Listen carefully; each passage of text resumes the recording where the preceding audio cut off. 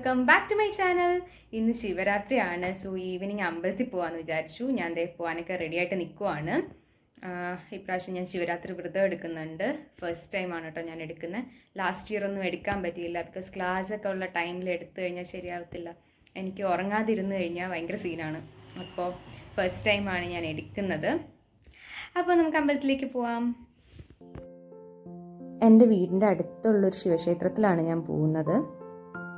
നമുക്ക് അമ്പലത്തിൽ പോയി തൊഴുതിട്ട് വേണമെങ്കിൽ തിരിച്ച് വീട്ടിൽ വരാം. ഇല്ലെങ്കിൽ നമുക്ക് രാത്രി ഫുൾ അമ്പലത്തിൽ ഇരിക്കാം. അമ്പലത്തിൽ ഇരിക്കുന്നതാണ് നല്ലത്. ബിക്കോസ് നാമജപമൊക്കെ കേൾക്കുമ്പോൾ പിന്നെ നമുക്ക് ഉറക്കമൊന്നും വരത്തില്ല. ഇത് അമ്പലത്തിൽ നിന്ന് കിട്ടിയതാണ്. രുദ്രാക്ഷവും ത്രെഡും ഇത് എല്ലാവർക്കും കൊടുക്കുന്നുണ്ട് അവിടെ.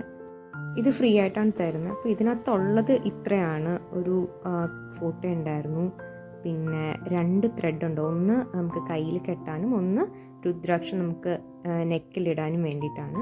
2 രുദ്രാക്ഷം ഉണ്ട്. പിന്നെ ഭസ്മം ഉണ്ടായിരുന്നു. പിന്നെ നമ്മൾ ഈ രുദ്രാക്ഷം എങ്ങനെയാണ് ഇടേണ്ടതെന്നുള്ളതിൻ്റെ ഇൻസ്ട്രക്ഷനാണിത്. ആദ്യമായിട്ട് വ്രതം എടുക്കുന്നതുകൊണ്ട് എനിക്ക് നല്ല ടെൻഷൻ ഉണ്ടായിരുന്നു. ഇടയ്ക്ക് ഉറങ്ങിപ്പോകുന്നു, നല്ല പേടിയായിരുന്നു. പക്ഷേ കുഴപ്പമില്ലായിരുന്നു കേട്ടോ. എല്ലാവരും ഉണ്ടായിരുന്നു അമ്പലത്തിൽ. 2:30 ഒക്കെ കഴിഞ്ഞപ്പോൾ നല്ല ഉറക്കം വന്നു. പക്ഷേ വലിയ കുഴപ്പമില്ലായിരുന്നു.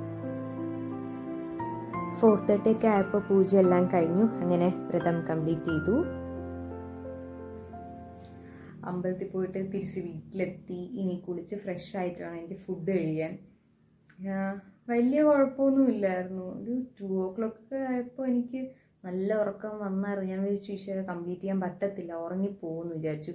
പക്ഷേ കുറച്ച് നേരം കഴിഞ്ഞപ്പോൾ പിന്നെ കുഴപ്പമൊന്നുമില്ല. എനിക്ക് പിന്നെ ഉറക്കം വന്നതേയില്ല. ഇപ്പോഴും എനിക്ക് ഉറങ്ങണമെന്നേ തോന്നുന്നില്ല. അപ്പോൾ ഇത്രയേ ഉള്ളൂ ഇന്നത്തെ vlog. Thank you so much for watching.